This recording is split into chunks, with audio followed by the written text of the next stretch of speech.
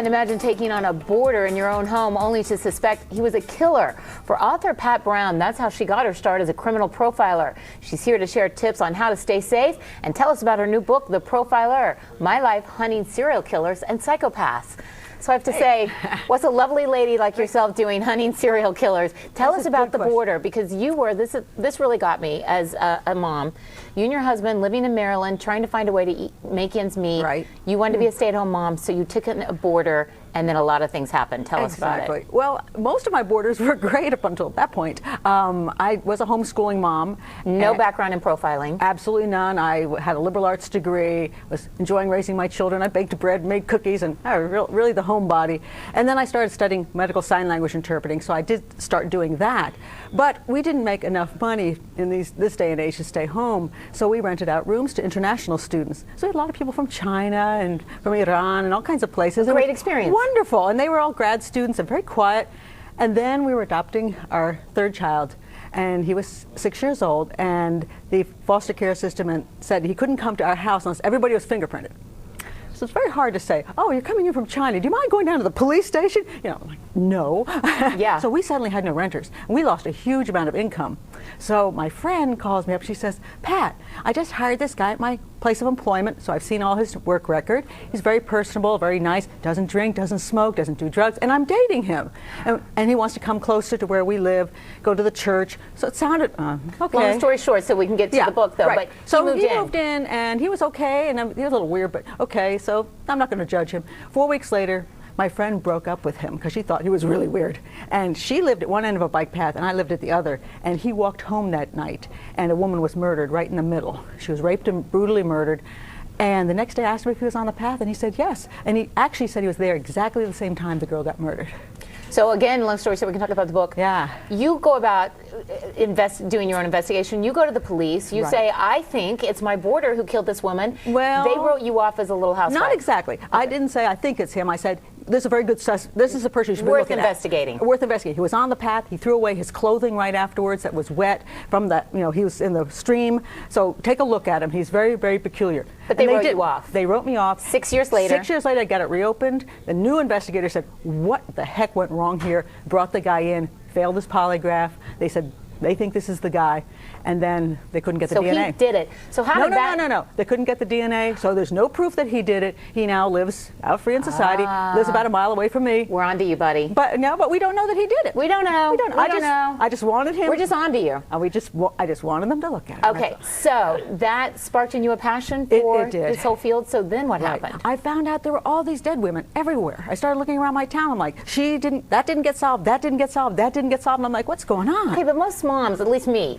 would say, look away. I don't want to see all of this. It's too troubling. You dove right in. Yeah, I was very frustrated because I believed in safety and I believe in justice. And I wanted to raise my children in that kind of a society, that we care about the people who are murdered. And this woman, when she got murdered, there was one article in the paper and no one ever heard about it again. It's like we didn't care that she got brutally murdered and died. And she was a brilliant intern at NASA. So, I mean, it's like, why don't we care? Why aren't we solving these cases? So I decided I would learn everything I could about this whole field. I wanted to become a criminal profiler then, and so I did. And boy, did you. You're now considered one of the top criminal profilers in the country. Since I'm the substitute teacher, I didn't get to read the book in advance, but it's one of those where now I can't wait to go out, buy the book, and read it, because you've got stories in there not only about how fascinating your own career has been, but ways that all of us can be better educated about how to look for things that are suspicious. Right. There's a lot of stories in the book about the family down the street and your own family maybe. This is where all the crimes occur. And I go in and I work on these cases, and it reads more like fiction than nonfiction, but I'm taking you behind the scenes and showing you how people think, what they do, how they behave, and what happened with these cases. Because us as reporters, I usually cover Congress, the White House, the economy, but when I get to go on the cops and robbers beat, it's fascinating, and yet you always hear the same exact thing from neighbors. Yeah. I would have never guessed. Suspected. They seemed fine. You say there are some hints. So let me ask you about some high-profile cases so we can get your opinion. Sure. Let's look at Yardley Love, the lacrosse player at UVA. The boyfriend has had a lot of things now come to the forefront about him. What sparked your interest in this, in hearing about that case? What would you have looked more closely at? Well, there's always those indications as a child is even growing up that they feel entitled to everything. In other words, I should have everything. You shouldn't. That's my toy. And they don't care if you cry. And as they get older, they get very manipulative. They become liars just because they think everything should be for them. They're always right. You're always wrong. They simply have no empathy for anyone else but themselves. Okay, that's so a big hint. On that case, he's had some things that, regardless of whether he killed her or not, should have been looked at. He definitely thought he was entitled to everything, including her, apparently. Got to bring up John Benet Ramsey, just because criminal profilers have been so interesting in talking to them over the years.